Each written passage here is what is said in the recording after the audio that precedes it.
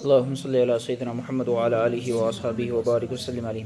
حدیث نمبر 31، افضل الصلاة بعد الصلاة المکتوبۃ الصلاة فی جوف اللیل۔ فرض نمازوں کے بعد سب سے افضل نماز رات کے درمیانی حصے میں نماز پڑھنا ہے۔ اس سے مراد تہجد کی نماز ہے۔ سمجھ آ رہی بات؟ فرضوں کے بعد سب سے بڑا درجہ اسی کا ہے۔ نمبر 32، اشرف امتی حملۃ القرآن و اصحاب اللیل۔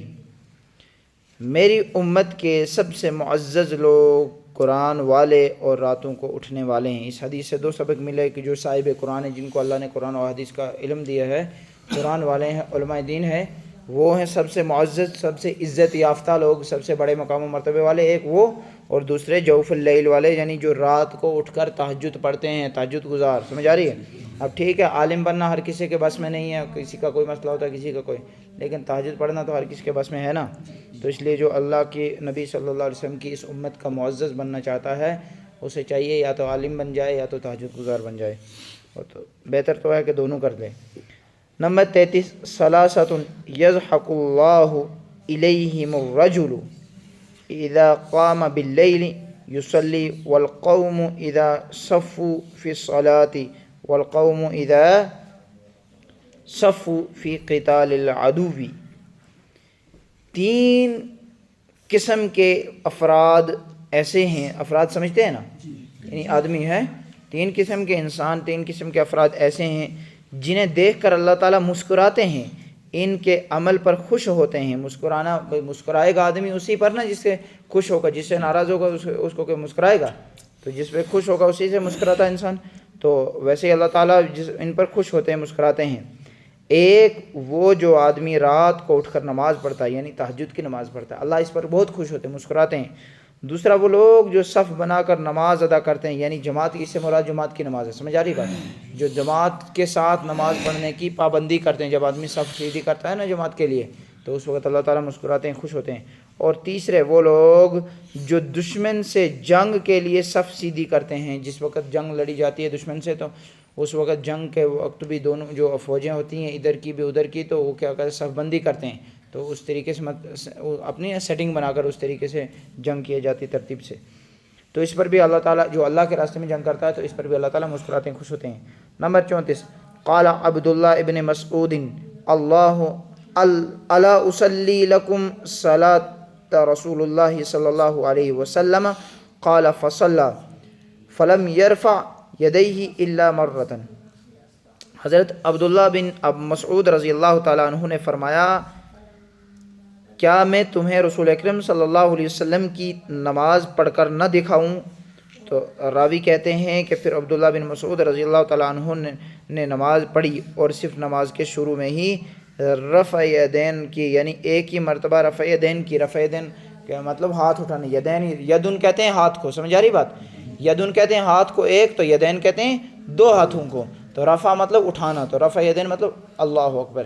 تو یہ رفع یدین ایک ہی مرتبہ کرنی، یہ جو لوگ کرتے ہیں نا بار بار، تو یہ اس حدیث سے مطلب اس بات کی بھی تصحیح ہوتی ہے کہ رسول اکرم صلی اللہ علیہ وسلم نے آخری وقت میں کیا کیا تھا، رفع یدین چھوڑ دی تھی۔ اس پر انشاءاللہ آگے مستقل بات کریں گے، لیکن ابھی شارٹ کٹ سمجھ لو کہ صحیح یہی ہے، بہتر یہی ہے کہ نماز میں صرف ایک ہی بار، جیسے ہم پڑھتے ہیں ہماری والی جو نماز ہے، ایک ہی بار رفع یدین کرتے ہیں، غیر مقلد والی نہیں۔ نمبر 35، اذا سجدتما فضم بعض اللحم الى الارض فان المرأة لیست فی ذلک کالرجل۔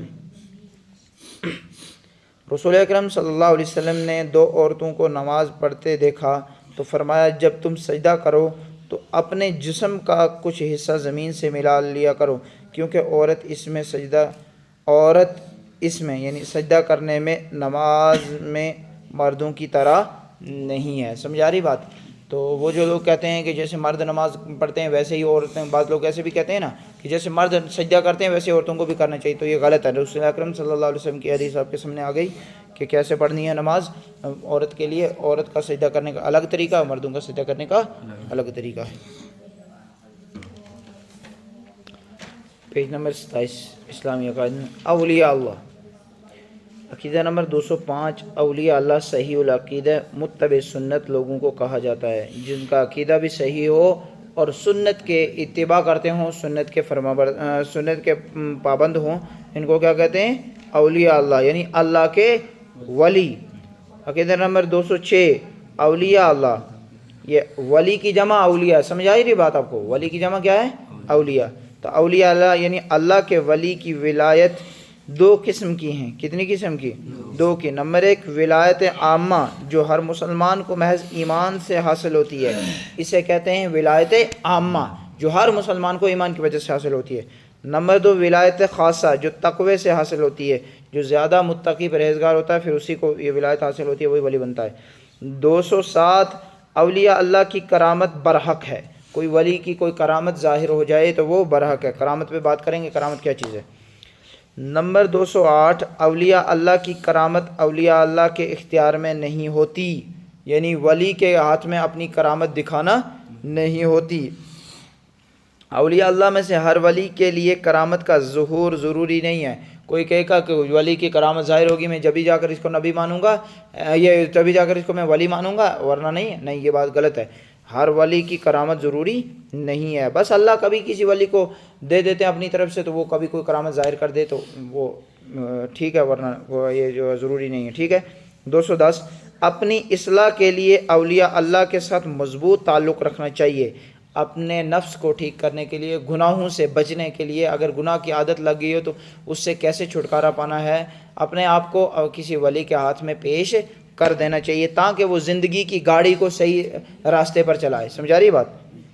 211 اولیاء اللہ کی تحقیر و تذلیل جائز نہیں ہے، کسی ولی کو حقیر سمجھنا، اس کی تحقیر کرنا اور اس کی تذلیل کرنا، یعنی اس کے لیے اس کو جو ہے ذلیل کرنا، یا وہ دنیا سے چلا گیا بعد میں اس کے لیے ایسے الفاظ استعمال کرنا جو اس کی شأن نشان نہیں، تو یہ جائز نہیں ہے۔ 212 اولیاء اللہ سے محبت اللہ تعالیٰ سے محبت کی علامت ہے۔ 213 اولیاء اللہ سے دشمنی کرنا اللہ تعالیٰ سے اعلان جنگ کا ہے۔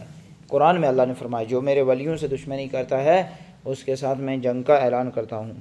اللہم صلی علی محمد النبی الامی۔ آگے دیکھو ذرا، جنات 214 جنات اللہ تعالیٰ کی ناری مخلوق ہیں۔ اللہ تعالیٰ کی نار کہتے ہیں آگ کو، تو ناری مخلوق مطلب آگ سے بنی ہوئی مخلوق ہے جس کو اللہ تعالیٰ نے آگ سے پیدا کیا ہے۔ 215 جنات میں پہلے جن کا نام جان، نون پر شد، کیا ہے؟ جان۔ اچھا، نمبر 216 جنات میں اچھے بھی ہیں اور برے بھی ہیں۔ 217 جنات شریعت کے احکامات کے پابند ہے، جیسے ہمارے لیے نماز پڑھنا فرض ہے ایسے ان کے لیے بھی، جیسے ہمارے لیے روزہ رکھنا فرض ہے ایسے ان کے لیے بھی، اگر ہم مالدار ہیں ہمارے اوپر زکوٰۃ فرض ہے ایسے ان کے لیے بھی۔ سمجھا رہی بات؟ جیسے ہمیں اپنے والدین کے ساتھ اچھا سلوک کرنا، بڑوں کے ساتھ اچھا سلوک کرنا، اور اگر بھی بچے ہیں تو ان کے کیا حقوق ہیں، ایسے جیسے ہمارے اوپر ہیں ایسے ان کے اوپر بھی عائد ہیں، تو وہ شریعت کے پابند ہیں۔ دیکھو آگے 218 جنات کو مرنے کے بعد ثواب و عذاب ہوگا، جیسے انسان نیک ہوگا تو جنت میں جائے گا، گناہ گار ہوگا تو جہنم میں جائے گا، ایسے ہی جن بھی نیک ہوگا تو جنت میں جائے گا، گناہ گار ہوگا تو جہنم میں جائے گا۔ 219 جنات میں سرکش جنات کو شیاطین کہتے ہیں، شیاطین الجن کہتے ہیں۔ کیا کہتے ہیں؟ یہ شیطان جو ہے نا، یہ کیا ہے؟ یہ جن ہے، شیطان جن کی نسل میں سے۔ سمجھا رہی بات؟ 220 جنات عام طور پر نظر نہیں آتے ہیں، عام طور پر ہر کسی کو نظر نہیں آتے ہیں۔ 221 جنات میں سب سے زیادہ مشہور ابلیس اللعین ہے۔ ابلیس کو کس کو کہتے ہیں؟ شیطان کو کہتے ہیں۔ لعین مطلب لعنتی ابلیس ہے۔ سمجھا رہی بات؟ 222 سرکش جنات کا انسانوں کے دل میں وسوسے ڈالنا ثابت ہے، دل میں وسوسے یہ ڈال سکتے ہیں سرکش شیاطین۔ 223 سرکش جنات کا انسانوں کو نقصان پہنچانا ثابت ہے، سرکش جو جنات ہوتا ہے وہ انسان کو نقصان بھی پہنچا سکتا ہے۔ لیکن سبق پچھلا دوبارہ سنانا۔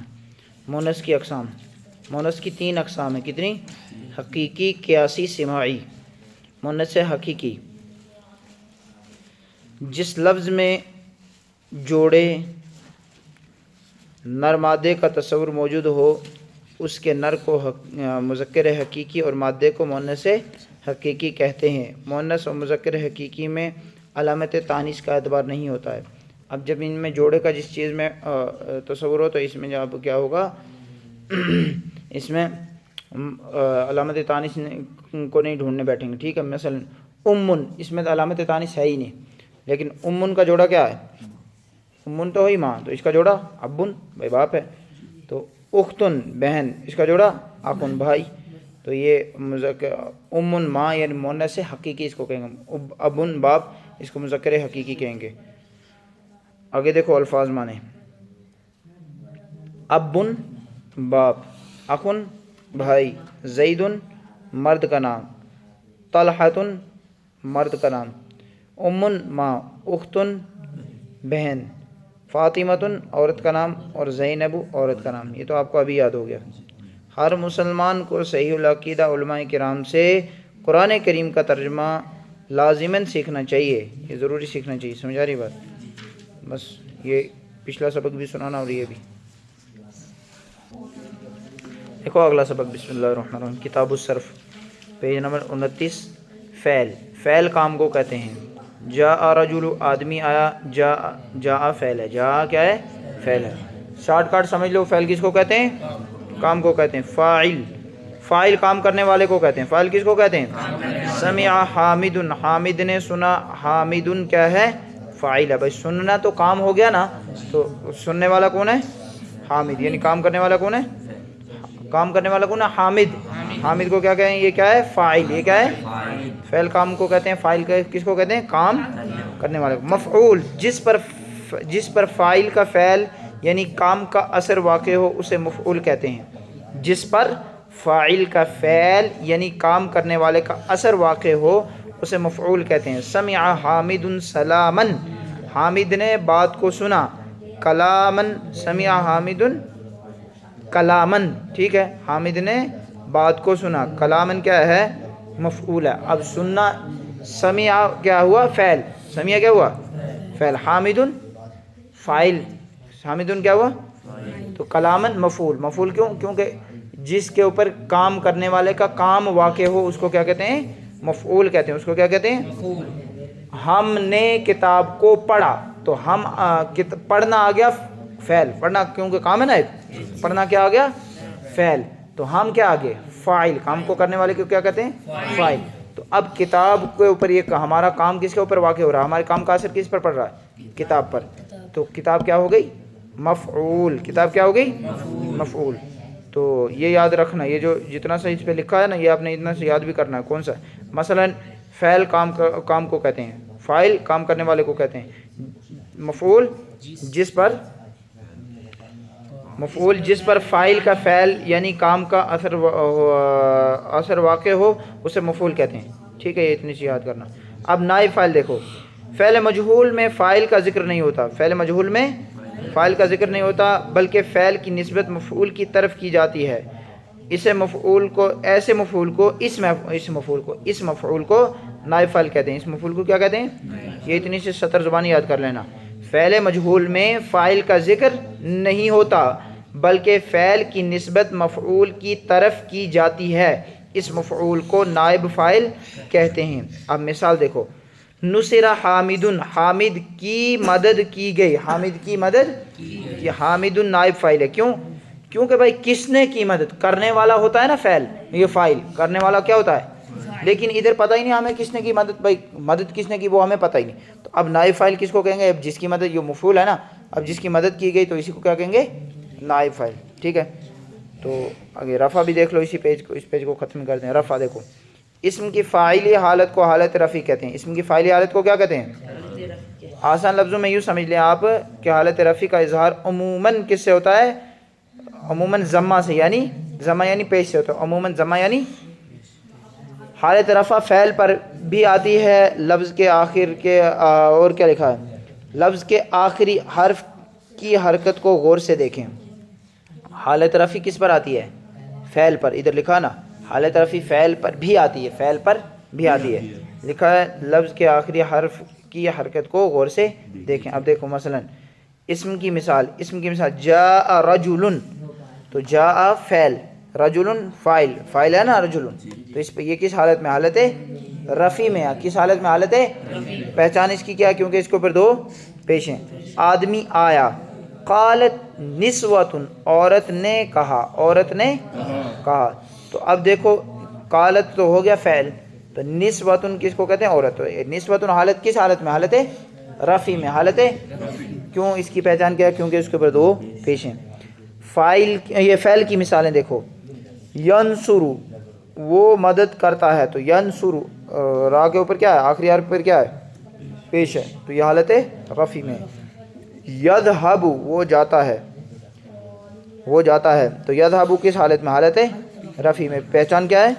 اس کے آخری حرف کے اوپر پیش ہے. الفاظ معنی دیکھو آگے. قد کا مطلب ہے، قد اصل میں فعل ہے. قد کیا ہے؟ فعل. لیکن قد کا مطلب ہے یقیناً. سین زبر سا کا مطلب کیا ہوتا ہے؟ ان قریب. سین زبر سا کا مطلب کیا ہوتا ہے؟ ان قریب. سوفا، یہ جو ہے نا پلس فعل، پلس فعل لکھا، یہ سارے فعل ہیں، ٹھیک ہے. ان قریب. لا، لام زبر لا کا مطلب البتہ. کانا کا مطلب ہے. لقد، البتہ یقیناً. لام ذلی یہ فعل امر کے لیے آتا ہے. کرنا چاہیے، کرنا ال، معرفہ بنانا.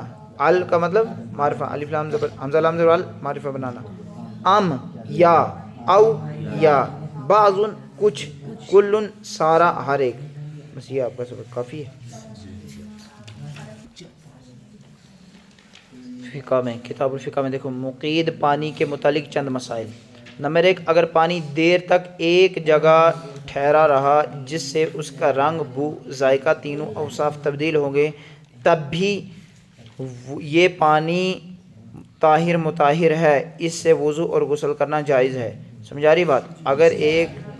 اگر پانی دیر تک ایک جگہ ٹھہرا رہا، آپ نے کسی ڈرم میں، کسی ٹینکی میں پانی رکھ لیا، آپ چلے گئے، مان کے چلو گھر سے کہیں اور چلے گئے، آپ کے گھر میں وہ پڑا ہوا پانی کئی دنوں تک، 1-2 مہینے کے بعد آیا، آپ برسات کا موسم ہے، گرمیوں کا موسم ہے، تو جی یہ نہیں پڑا ہے، تو یہ نہیں پڑا ہے، تو کئی دیر تک یہ پانی ایسے ہی رہا، تو پھر کیا ہوا؟ پھر دیکھ لو، اگر اس پانی کے اندر 3 چیزیں ہو گئیں. پانی کا رنگ بھی چلا گیا، کیونکہ چلا جاتا ہے، آپ کی ٹنکی کے اوپر اگر دھوپ بھی لگ رہی ہے، سب کچھ ہو رہا ہے، گرمی بھی اس کو لگ رہی ہے، تو اس میں اس کا پانی کا رنگ بھی، جو اصلی اس کی رنگ کلر ہوتا ہے، وہ بھی چلا گیا، اور اس سے ایک بو آنے لگ گئی، اور اس کا ذائقہ بھی بدل جائے. ظاہر سی بات ہے بھائی، اتنے دیر پانی رہے گا تو وہ کھٹا سا ہو جائے گا، اس کا الگ ذائقہ بن جائے گا. تو یہ کہتے ہیں کہ یہ پانی طاہر مطہر ہی رہے گا. یہ پانی کیا رہے گا؟ اگرچہ اس کے تینوں صفتیں ختم ہو گئی، تینوں اوصاف ختم ہو گئے، لیکن یہ طاہر مطہر ہی رہے گا. اس سے وضو اور غسل دونوں کرنا جائز ہے. نمبر 2، سوڈا واٹر کی بوتلوں، یعنی یہ پیپسی، کوکا کولا، سپرائٹ سے نہ وضو درست ہے نہ غسل درست ہے. یعنی یہ ایسی چیزیں ہیں جو اب یہاں پہ بتائی دی گئی ہیں، ظاہر کر دی گئی ہیں، مجھے کیا ضرورت ہے وہ سمجھانے کی ہے. ان سے وضو اور غسل کوئی کرنا چاہے تو نہیں کر سکتا ہے. نمبر 3، بعض چیزیں ایسی ہیں جن سے پانی کو بچانا عام طور پر مشکل ہوتا ہے، جیسے نہر پانی، یعنی نہری پانی. نہری کا جو نہر کا پانی ہوتا ہے نا، نہری پانی میں مٹی کے اجزاء، درختوں کے پتے اور کائی، ان چیزوں کی وجہ سے پانی طاہر مطہر ہی رہتا ہے، مقید نہیں بنتا. مان کے چلو جیسے آتا ہے نا، ندی چل رہی ہے، یہاں سے چل رہی ہے، ندی چل رہی ہے، نہر چل رہا ہے، ہمارے یہاں سے کسی چل رہی ہے، جس کو ہم بولتے ہیں نہر چل رہا ہے، تو اب اس کو کیسے بچائیں بھائی؟ مٹی سے ہم تو نہیں بچا سکتے نا، پتے اس میں گرنے سے ہم کیسے بچائیں گے؟ نہیں بچ پائیں گے کسی بھی طریقے سے. تو ان چیزوں سے یہ پانی کو کوئی فرق نہیں پڑتا، یہ طاہر مطہر ہی رہتا ہے. یعنی اس کے ساتھ یہ پانی مقید ہی، ادھر لکھا ہے کہ پانی مقید نہیں بنتا بلکہ یہ طاہر مطہر ہی رہتا ہے. اس پانی سے وضو اور غسل دونوں چیز ہم کر سکتے ہیں. ٹھیک ہے.